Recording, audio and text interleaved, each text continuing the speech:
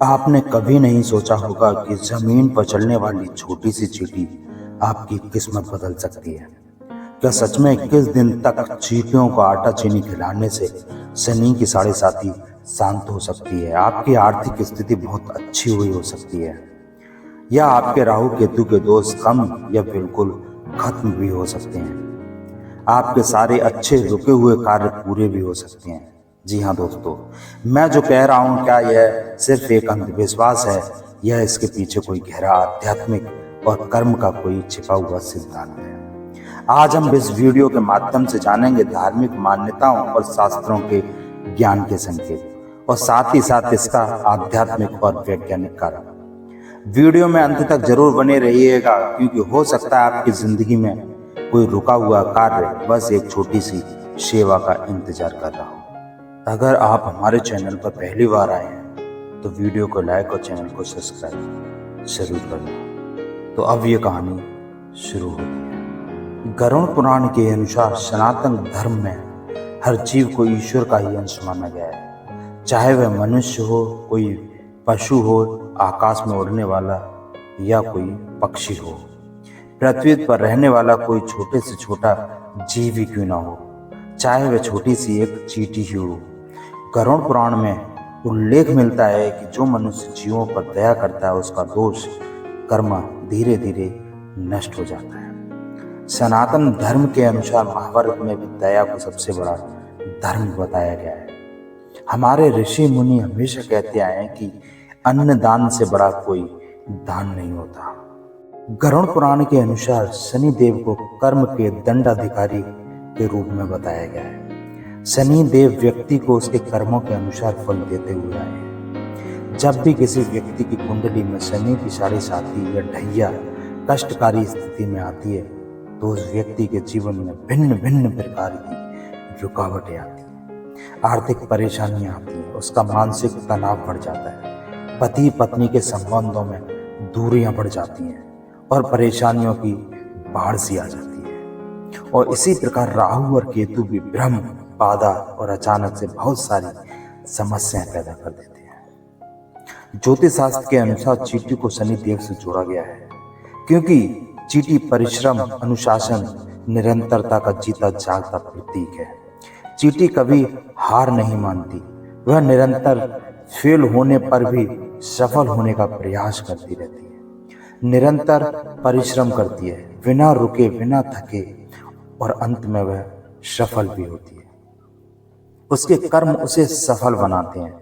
ज्योतिष के अनुसार शनि देव भी व्यक्ति को संघर्ष सिखाते हैं, संघर्ष करके सफल होना बताते हैं। जब कभी भी आप चींटी को मीठा आटा खिलाते हैं तो यह प्रतीत होता है कि आप अपने कर्मों की कठोरता को मधुरता में बदलना चाहते हैं। अब इसको एक कथा के माध्यम से समझते हैं। देवभूमि राजस्थान में एक राजा विक्रमादित्य राज्य करते थे। वो बहुत ही दान प्रिय राजा थे। उनकी दानशीलता को परखने के लिए शनिदेव महाराज के द्वारा उनके राज्य में एक अकाल की स्थिति उत्पन्न हो गई। मनुष्य, जीव जंतु सब भूखे मरने के कगार पर थे। इस अकाल की स्थिति को भांपते हुए राजा ने अपने मंत्रिमंडल को बुलाकर एक सभा आयोजित की और इस विपत्ति से निपटारे का सुझाव मांगा कि कैसे इस अकाल से मुक्ति पाई जाए और हमारा राज्य पुनः खुशहाल हो सके। बड़े बड़े राज ऋषि, राज मुनियों द्वारा तरह तरह के उपाय राजा को बताए गए। किसी ने कहा इंद्रदेव का प्रकोप है, राजसूय यज्ञ करना पड़ेगा। किसी ने कहा कि संपूर्ण राज्य में 51,000 यज्ञ कर सत्यनारायण भगवान की कथा करनी। तो किसी ने महादेव को क्रोधित होना बताया। सभी राज ऋषि ज्ञानियों ने केवल धार्मिक अनुष्ठान ही बताए। राजा सभी को बड़े ध्यान से सुन रहा था, परंतु अपने मन में इन राज ऋषियों के बताए गए उपायों से संतुष्ट नहीं था। उसको यह उपाय धार्मिक तो लग रहे थे, परंतु इनमें अकाल का निवारण कहीं भी नजर नहीं आ रहा था उसे। वो बहुत ही असंतुष्ट था, उसे कुछ समझ नहीं आ रहा था। अंत में राजा ने अपने राज्य में भ्रमण करने की सोची कि शायद कोई अच्छा सा उपाय मिल सके, और वह यह सोच के साथ अपने राज्य में भ्रमण करते हुए लोगों के बीच जा पहुंचा। उसने वहां जाकर देखा कि लोग भूख से तड़प रहे थे, परंतु फिर भी वो सब जीने के लिए लगातार संघर्ष कर रहे थे। वो सब एक दूसरे का मदद करते हुए अपना अपना काम कर रहे थे, एक दूसरे के लिए अपने एकत्रित अनाज भंडार से रास्ता बना रहे थे। राजा राज्य में कुछ और आगे गया। वहां उसने देखा जीव जंतुओं को भी देखा। वह भी उसी प्रकार अकाल से लड़ते हुए लगातार जीने का प्रयास कर रहे थे। छोटे छोटे जीव अपने लिए इकट्ठा किए गए एकत्रित भोजन भंडार से अन्य जीवों को भी भोजन दे रहे थे। राजा सभी का ऐसा प्रयास देखकर बहुत प्रसन्न हुआ। राजा आसमान की ओर देखकर मन ही मन शनिदेव से दुआ करने लगा कि हे कर्म के दाता, हे कर्म के विधाता, हे शनिदेव, कुछ उपाय दीजिए।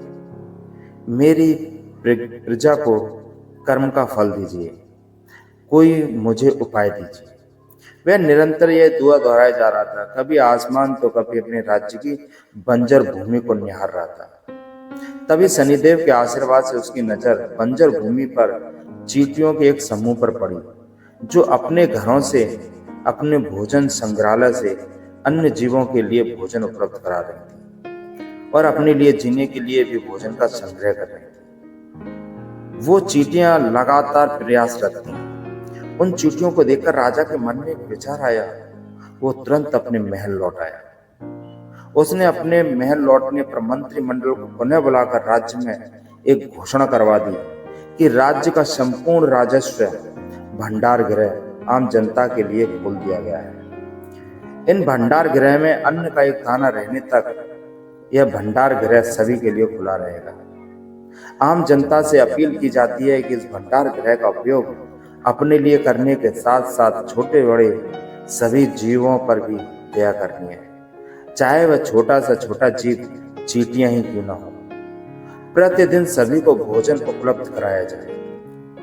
इसके उपरांत राजा इस घोषणा को करने के बाद प्रतिदिन छोटे छोटे सभी जीवों को अपने हाथों से भोजन उपलब्ध कराने लगा। वह प्रतिदिन सुबह से शाम तक संपूर्ण राज्य में घूम घूम कर नन्ही नन्ही चींटियों को मीठा दाना डालने लगा। राजा का ऐसा कर्म भाव देखकर उसकी प्रजा बहुत प्रसन्न हुई। राजा के अनुरूप ही दुगने जोश के साथ अपना अपना कर्म करने लगे। कुछ ही समय में इस राज्य में एक ही संदेश चारों ओर फैलने लगा कि कर्म भाव और दानशीलता। कुछ ही समय में उस राज्य के सारे लोग उस अकाल के बारे में सोचना छोड़ अपने कर्म के और एक दूसरे के साथ देने के बारे में ज्यादा ध्यान देने लगे। ऐसा करते करते 21 दिन कब गुजर गए किसी को पता ही नहीं चला। 22वें दिन अचानक से राज्य में पृथ्वी के गर्भ से एक दूध की धारा बह गई, जिसे देख राज ऋषियों ने राज्य के लिए बहुत अच्छा शुभ संकेत माना। इसके बाद से तो राज्य में कहीं घड़ा हुआ धन प्राप्त होने लगा, तो कहीं बंजर भूमि अपने आप उपजाऊ हो गई। बेमौसम बरसात भी शुरू हो गई। संपूर्ण राज्य में हरियाली और खुशियां व्याप्त होने लगी। तो राज्य काल की भीषण चपेट में था, जो राज्य काल की भीषण चपेट में था, आज इस राज्य में केवल खुशियां ही खुशियां थी। हर किसी व्यक्ति के हृदय में राजा के प्रति अपार सम्मान और स्नेह था। राजा के द्वारा चींटियों को 21 दिन तक लगातार निस्वार्थ भाव से मीठा भोजन कराना रंग लाया और राजा को शनिदेव भगवान ने स्वयं दर्शन दिए। राजा को बताया कि हे राजन, तुम्हारा निस्वार्थ दयावान प्रेम और तुम्हारी दानशीलता की वजह से आज तुम और तुम्हारा संपूर्ण राज्य खुशहाल है। तुमने 21 दिन तक लगातार चींटियों को भोजन कराया, क्योंकि चींटियां संपूर्ण संसार में लगातार बिना सोए आराम किए लगातार कर्म करती हैं। क्योंकि मैं कर्म का देवता हूं, इसलिए चींटियां मुझे अत्यधिक प्रिय हैं। मैंने तुम्हें और तुम्हारे राज्य को पुनः खुशहाल और समृद्ध कर दिया है। आज मैं यह वरदान देता हूं कि जो कोई भी प्राणी चींटियों को निरंतर 21 दिन तक लगातार मीठा भोजन कराएगा, वह सदा खुशी जीवन व्यतीत करेगा, सुख समृद्धि प्राप्त करेगा। उसके घर से कभी भी लक्ष्मी नहीं जाएगी, उसके यहाँ कभी भी धन का अभाव नहीं होगा। ये वरदान देकर शनिदेव अपने लोक चले गए। दोस्तों, यह वरदान आज इस कलयुग में चींटियों के साथ ही रहता है। जो भी चींटियों को मीठा दाना देता है उसके पास कभी भी पैसों की कमी नहीं होती। मेरे दोस्तों, यदि आप भी किसी परेशानी से ग्रस्त हो तो 21 दिन तक लगातार निस्वार्थ भाव से चींटियों को मीठा दाना खिलाना शुरू कर दो। 22वें दिन अचानक आपको धन लाभ होगा या उस परेशानी से मुक्ति मिल जाएगी। आप सदा खुश रहेंगे। दोस्तों, हमारी इस वीडियो से आपके कुछ अनुसरण किया है तो वीडियो को लाइक, शेयर और चैनल को सब्सक्राइब जरूर करना। जय शनिदेव।